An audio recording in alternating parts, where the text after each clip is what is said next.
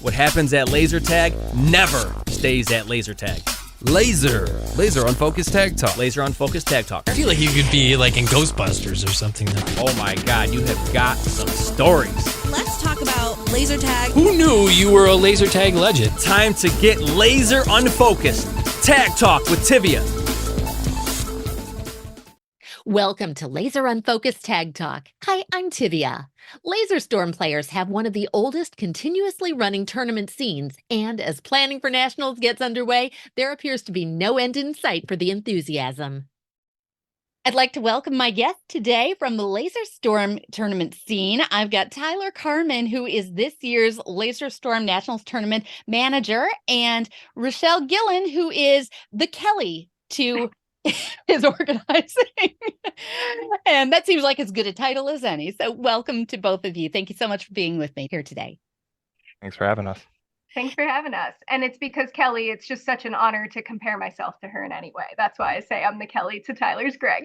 Yes, no, every tournament needs a great helper, manager, organizer team to make things happen, because no man is an island. And I know that there's a very good, strong, supportive scene around Laser Storm. And I'd love to talk with you a little bit about it, because you both have been involved for quite some time. So first of all, could you each give me a little bit of an overview of your laser tag background and your involvement in the Laser Storm competitive scene? Tyler, do you want to go first or should I? Whatever you want, I can go first. Go for it. All right, so I've been playing for, wow, it's been quite a while. I think I've been started 2011. I started playing Storm. I actually worked at Laser Storm in Robinson, Extreme Laser Storm, when they opened up. So I started working before I started playing, which weird, but it's cool.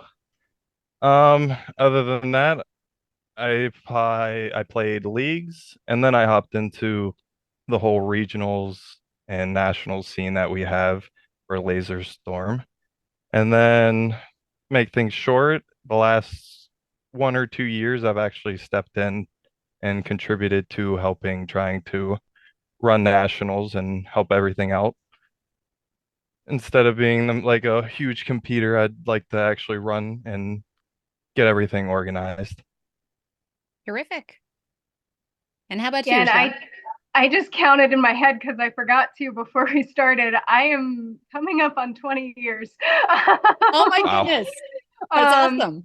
Yeah, so I cry like half the time that I say this because it's meaningful to me. So bear with me if waterworks start. But it was about 2004 or 2005 when my school friend Amanda Mater said, "Hey, do you want to come with me to my parents' store after school and hang out?" And I did not know that meant Laser Storm Pittsburgh, but I went, and randomly one day, and I about never left. I immediately found a really strong sense of community in the people that were playing at the time, and many like Tyler who have joined since. And so for me, given that I have spent more than half of my life doing this at this point, for me, it's really like a family to me. So that's kind of just been my concentration over the years, the people. And my home store again was LSP. I've since moved to Ohio, so I'm more on the Skyway end these days. But historically, I've played leagues at LSP for a long number of years. I ended up getting into the multi-system side in about 2011, around the time Tyler started playing Storm, and played that a bit sporadically. But mainly my system has been Storm over the years, and it's the only one that I would admit to having any type of skill in. And Tyler, are you a multi-system player also, or just Storm? I'm mainly just Storm. I've played, I think now, 2 Armageddons, which I wish I played sooner than I have. And everybody tried getting me to play Armageddon, and I always was just like, nah, I'll play it one day, and I regret it. I wish I played sooner than I did, but I'm playing now, so. And the only other system I've really played is, I think, Zone. Other than that, it's been Storm. Okay. Well, you've got a little bit of experience outside of the Storm world, even though that's your primary system. So I'd love to hear what it is that you really love about Storm and what makes it a different experience to you from the other systems of laser tag that are out there. So it's weird going from when you play Storm for so long and then you finally venture off to the other systems, you actually see like all the other how the systems work and everything. But after, because Storm's different with we have divided sides, and I'm pretty sure, correct me if I'm wrong, I'm pretty sure we're the only system that has a divided side for each team. And I think that's more of a like a competitive strategic way of how teams can play a game than having an open arena. And that's one thing that caught my eye with Storm. And just what keeps me playing is the whole strategic. And we have different arenas every time we play. Every arena we go to for tournaments, it's always different. And that's one thing that I love about Storm. Well, and I would also think because the arenas can move their barriers, That even the too. experiences at the same arenas could be different. Yep. That's And- one of my favorite things about Storm too, because literally, like, I remember we'd be in high school and we'd be like, we're bored. Let's just change 3 barriers, and then it's a completely different experience. We have a new game, you know. It's yeah, my answer is totally the same as yours, Tyler. I don't mean to be a copycat. So maybe you could speak a little bit to how the equipment is different and plays differently from other systems. Absolutely. Yeah. So I think for me playing so much as a defensive player for so long in Storm, like the first time I turned around and there was someone on the other team who was close enough to touch me, I didn't understand. Like I ran away. I think it just is so different knowing that, you know, you can get into that true kind of like dogfight situation and you don't have this like pretend glass wall between you and the other person. And then to the headsets, right? And anyone can correct me if I'm wrong. I think other than Photon, that's pretty unique to Laser Storm, and we don't have Photon anymore. So, you know, going from 2 tiny sensors at the front and back, longtime listeners have already heard this explanation. 2 small sensors at the front and back of the headset here, right? Versus your whole chest and whole shoulders. You get this feeling that you're just exposed, you know, coming in from such, you know, a small point to hit versus like your whole chest. I find it in a way somewhat comparable to some tactical tag where they use the headband sensors because True. coming from a more traditional background, I expect for my sensors in the chest and the shoulders to be what I've got to protect when I hide behind. But boy, when you peek out, there's no peeking out. Right. Yeah. Well, and tactical arguably is harder too, because those are, you know, at least you've got on the side and you can peek around, you know, the side of your face on a barrier. But with them on your forehead like that, there's really no hiding. I forgot about those headbands. So it is a lot different, but it clearly has garnered a really loyal following. I mean, Laser Storm has one of the longest running competitive scenes. In spite of having statistically fewer locations, I have observed there's a whole lot of system loyalty. So I'd love to talk about, you know, where you're getting your participation for the nationals that have been going on for so long. So how many sites do you typically pull from for your tournament participation, and how many teams are you anticipating for this? Oh, what do we have? Let's see. We have the PA people. We get the Ohio people. We got Utah. I'm pretty sure Michigan. And if wrong, I think Colorado. I think So that's you really are usually our getting from a majority. wide spectrum of the country. That's awesome. Yes.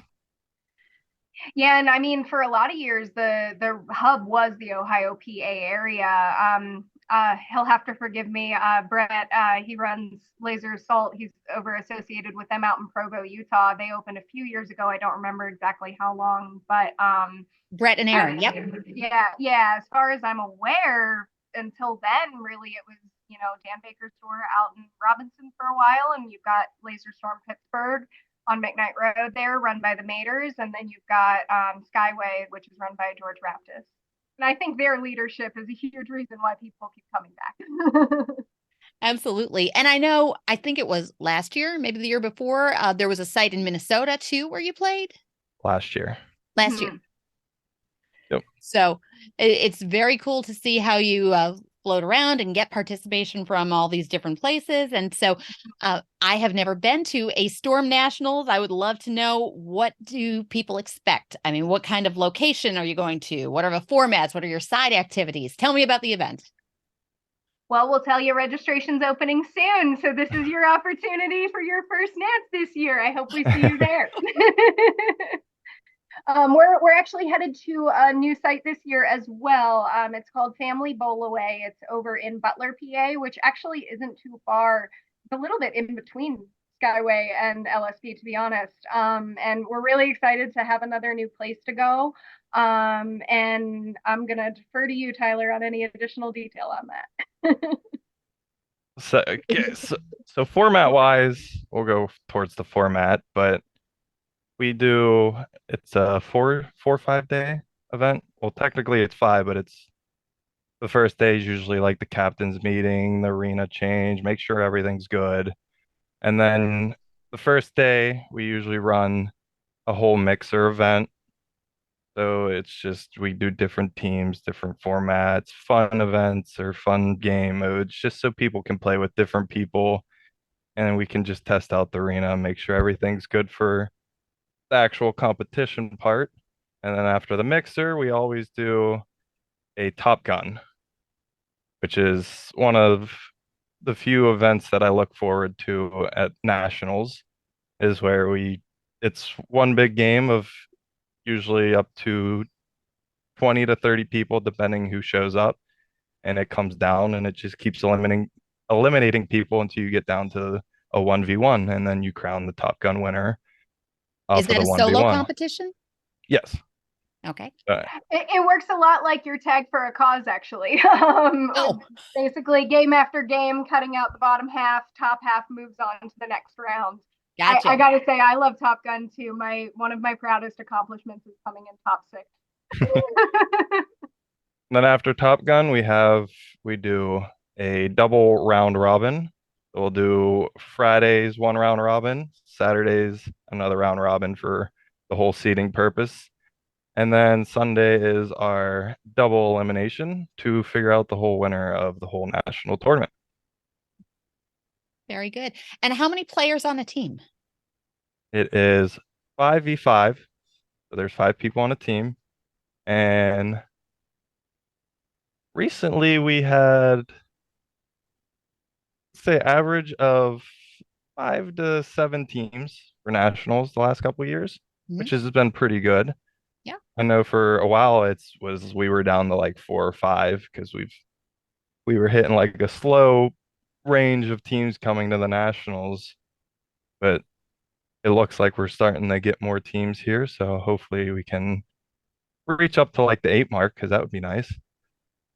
I've seen that happen once. We can see it again. We definitely can. Now, how does a player get involved with this kind of competition? Well, one thing that's really great for those who are local to any of the sites we've mentioned is the local league play. I think Skyway, it's not such a competitive situation, is more of a weekly go round, but I know LSP and Provo both have leagues every week. And that's really great. I can't speak to the format out in Utah, but at LSP, they do like a snake draft. So usually at least one person on every team is a brand new player, but you've got a mix of all skill levels. So you're learning a lot, and you have people to learn from on your team who can coach you and kind of bring you up to then get introduced to that higher level of play at our regional or national level. So I've observed from the couple of regional events that I have been in attendance at that you have a lot of loyalty and you have a pretty good turnout at this. So I'd love to know what it is that keeps you both interested, and what do you think keeps other players interested in both the Laser Storm scene and the tournaments? You've both been around this for so long. What brings you back time and time again? In the beginning, for me, it was always the competitiveness of Laser Storm that it kept bringing me back and wanting to just get better, because for me, it was always just wanting to be one of the top people that would play Storm. That's what I would say like earlier when I started playing, but now it's just going and hanging out with people, still want to be competitive about the whole thing, but just the whole community that we have for Storm is an awesome community just to hang out and just play some tag and have fun. Awesome. Yeah, for me, I mean, starting back when I started, it was a lot about it's where my friends were. I instantly connected with quite a few people who were playing at the time, and I I don't know what life would look like without laser tag, and I don't want to know. It's family, it's friends, and for me, like it's only more recently that I'm like, oh, I actually want to work really hard at this. Like I've always been here for the fun and the enjoyment, but lately I've had a taste of some interesting tournaments, and now I'm ready to get more competitive. Well, and I think both of those answers feed right into my question about, how do you feel that these tournaments contribute to making and building a really thriving player community? Because I've seen you come out with, very strong numbers for these events. So that speaks very well to your community. Yeah, I think that just the fact that we have very regular tournaments, and I don't know a whole lot about what the other systems do, but regionals is almost every month of the year. So I think we have this sort of sense of consistency, they're usually the same time, people expect when they'll be. And I think that helps a lot. But Armageddon too, I think is a really important factor in all of our scenes. Like that connection and that glue that's introducing, like Tyler and I just played our first zone tournament this year. That never would have happened without Armageddon. I really think that it helps kind of that cross system, bringing people into different scenes and getting the word out. I think it's really great. Not much to add to that, but yeah, I mean, every time we see a new player, because I don't want to say it's hard for new players to come up in Storm recently, but every time we get a new player anymore, you want to make sure they stay and make sure you involve them in any way and not run people away because Mhm. the more people, the better.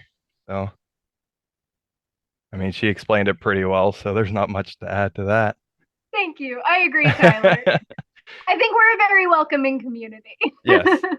Well, and I would agree with that. And I'm going to speak as an outsider who's been to a couple of your events, both running tag for a cause, but also participating. I think the first time that I was at one of your events, which might have been a regional, I believe I jumped in at the last minute and, just kind of went in for fun, not even knowing I was going to be playing. And then the next time that I was out at Skyway, they had a draft tournament, which I think is a great idea because for people who come from outside the scene, say Armageddon players or people who, have interest but just don't have a site near them, I think the idea of having a welcoming event where you don't have to be pre-placed on a team makes it a lot easier for somebody to just kind of drive in solo and say, oh, what's this about? And, have a good time with it.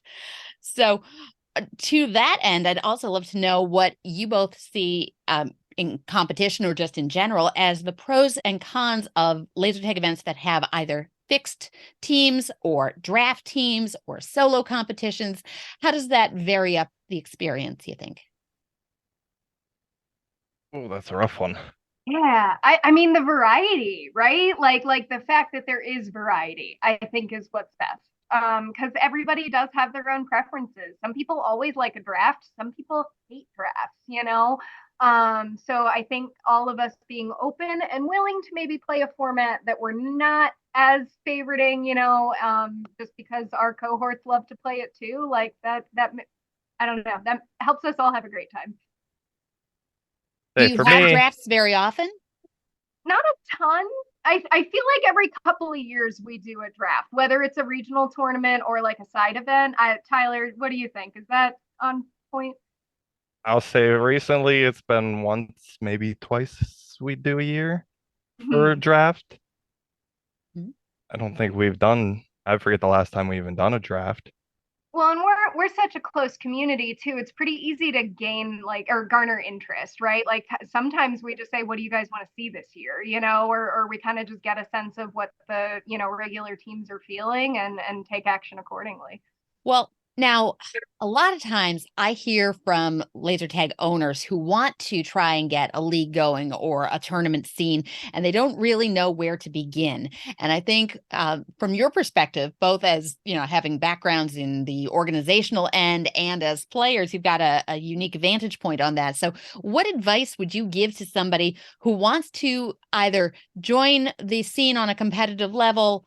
As far as running an event, or even to just other systems that just don't know where to even begin. What advice would you give to somebody who wants to coordinate a competitive tournament or laser tag event?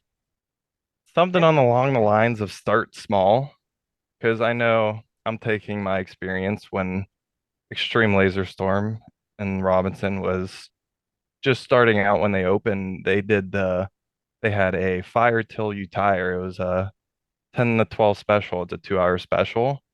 And when I first started going there was a decent amount of people that used to play those specials, and then it used to just turn into that's when all the members used to go and play. So if you start somehow collecting a community of just specials on nights like that, and then that could lead up to turning into league signups, and that's when you can really just grow from there. Hmm. I think too, finding our communities, right? Like if I heard that there was a force opening up down the street, I'd be there, right? Like I think that if, it's pretty easy to find our US Armageddon group and our Laser Storm tournament scene group and our zone, whatever, and, just reach out and join the group, say, hey, I'm looking to do stuff, here's where I'm located. I mean, our multi-system scene is large enough, even the storm scene is large enough that there's people everywhere. So you never know what kind of laser tag players you've already got in hand in your area. Mm-hmm. Now, you've been in this situation where you've got a lot of longtime players, it sounds like, and again, Storm has had a very long running competitive scene, but with having statistically fewer sites, what do you think that means for the future of competitive laser tag in Laser Storm going forward? Do you see this continuing to grow because of the enthusiasm? I very much hope so. No, I really do. And listen, if you know me, I'm an optimist, but we're never gonna quit. Knock on wood. We'll always have the core group that's gonna keep pushing and hopefully thriving to keep this community going. And I know it can be at times where it seems like it's just, oh, here we have our core people and we're not growing. But hopefully, with actually our new store opening up in Butler, hopefully this can gain another community and more people and just grow into something more instead of Laser Storm crumbling down, which we don't want to see. We have a lot of people who put their hearts into it for sure. We find a way. Yep. Very good. So this is a new store, a new location that's just opened? It's a bowling alley that's been there for quite a long time. And I know they had Laser Storm out there a while ago. I forget when they were open and when they closed, but it's a brand new arena that they just set up and just got open. So I know they were there before. I don't know all the details on it. Excellent. I'd be intrigued to check that out. Oh, and let me shout out to our nationals dates. It's going to be August 14th to August 18th this year. So I think I mentioned earlier, registration isn't open quite yet, but we'll be communicating that out on the Laser Storm Tournament Scene Facebook page as soon as it's available. That's terrific. Now, with all the time that you've both spent in the Laser Storm scene, I'm sure you've had some unusual experiences, whether at tournaments or just at tag night in general. So tell me some stories. What are some of your interesting adventures in laser tag? Oh boy. I wouldn't say it's unusual, but I think it was like my second nationals or something. I was reffing a game, and this is when I was newer, just starting to get into the scene and like the community of everything. And I remember reffing a game, and it was like the top two teams of the tournament going head to head in a very tight match, and one of the refs was not calling like the penalties that you get called for. And I remember the one guy literally told him to leave the arena and get another ref in there. And I'm just sitting there as like a new player, like, I don't want to be in this arena anymore. But it's just one of those things where you laugh about it and you look at it and it's funny to speak back on. There's reasons it's harder to find a pod ref than a sidewall ref. Yep. Mine that came immediately to mind was honestly one of the most stressful situations I had to date in my life. It was Michigan. I don't remember what year. Was that 2018 or 19? We were up in Michigan, like near Frankenmuth. Michigan was, I think, 16 or Oh, 17. 16. Okay, so way prior. Yeah, that makes sense. Okay. Yeah, so my brakes gave out the night before the tournament was to end, and I was supposed to take, me and probably a car full of people back home. And I couldn't leave. And it was a Sunday, so no shops are open, right? So I was struggling figuring out what I was going to do. I didn't have anyone to care for my pets back home. They were running out of food. And also, how was I going to get home?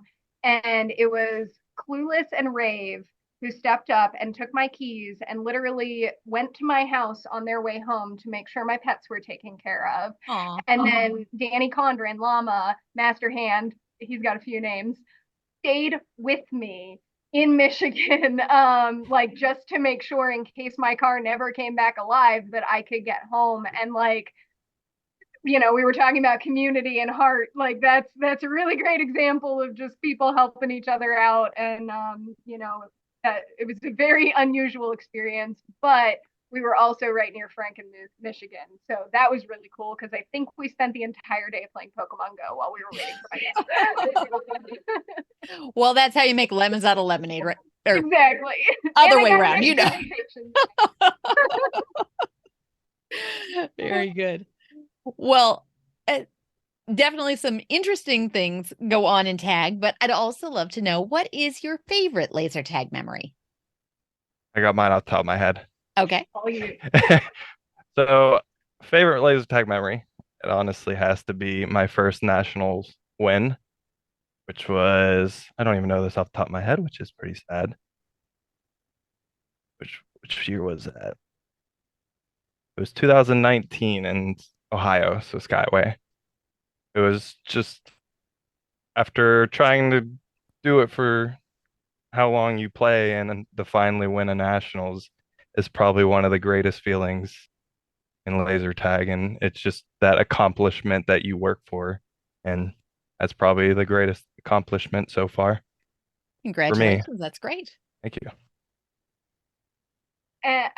It's hard to pick. It's so hard to pick. I was going to talk about my second place Nats, but that's going to make a lot of people mad. Oh,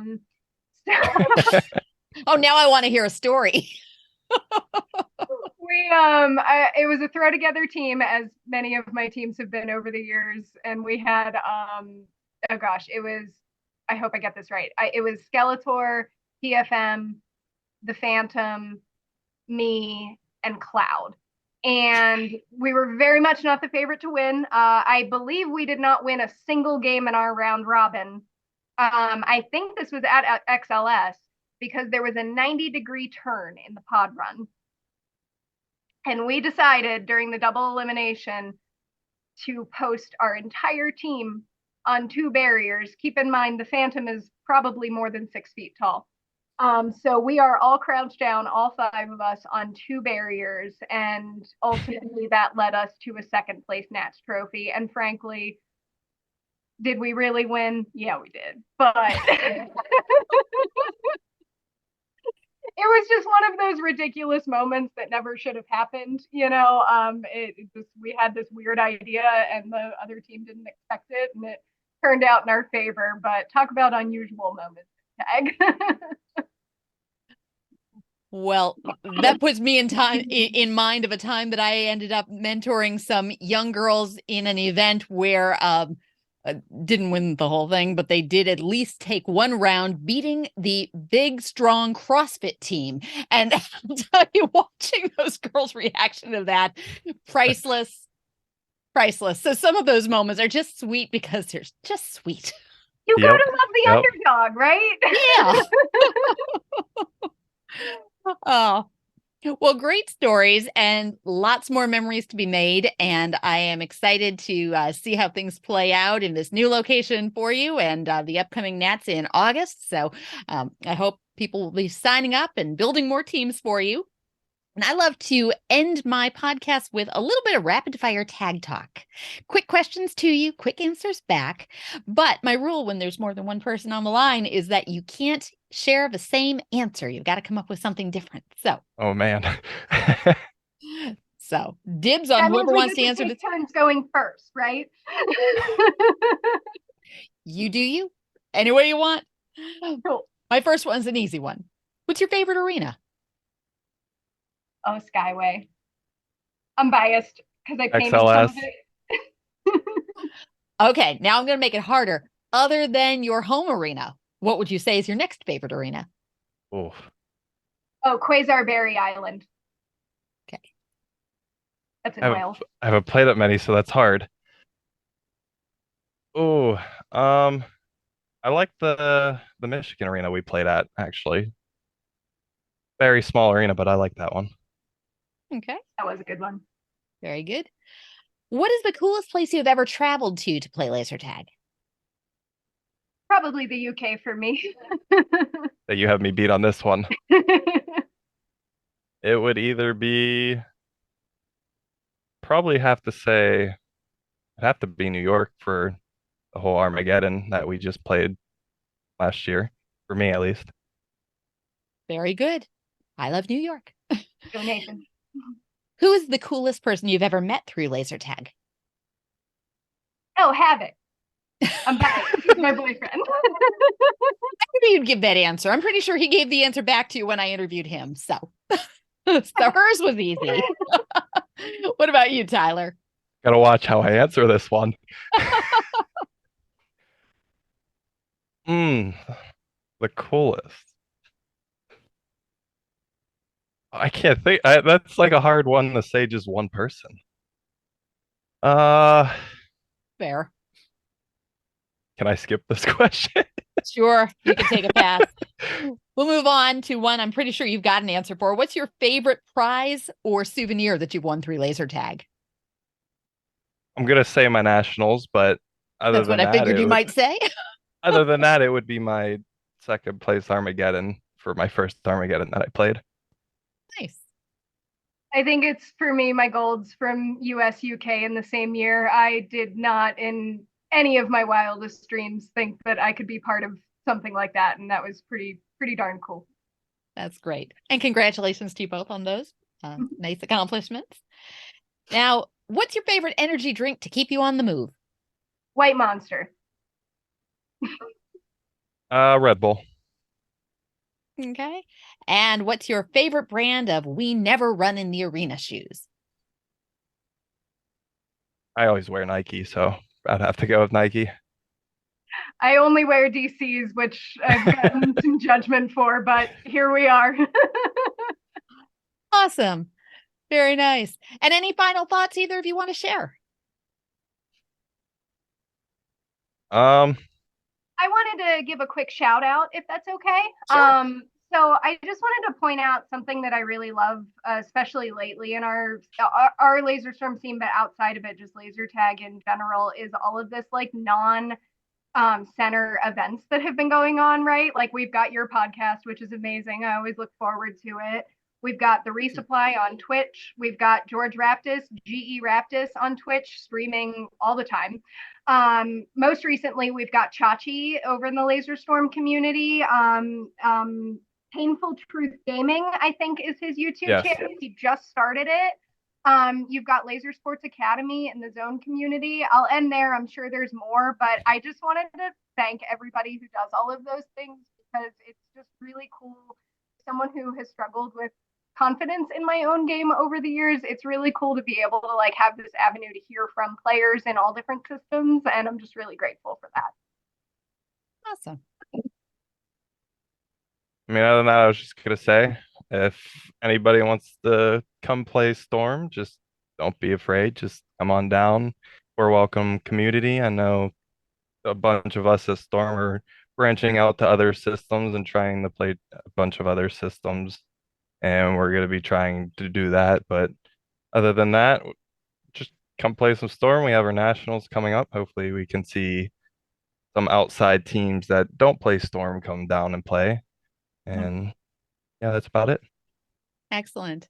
Well, I want to thank both of you for taking some time to talk with me about your upcoming Laser Storm Nationals and all your experiences in laser tag. So those are my guests, Tyler Carmen and Rochelle Gillen. Thank you so much to both of you for being here today. Thank you for having us. Thanks for checking out this episode of Laser Unfocused Tag Talk. Listen for more episodes on the first and third Friday of each month. Want to be a guest on an upcoming episode? Find out more and follow my blog and website at TiviaChickLovesLaserTag.com.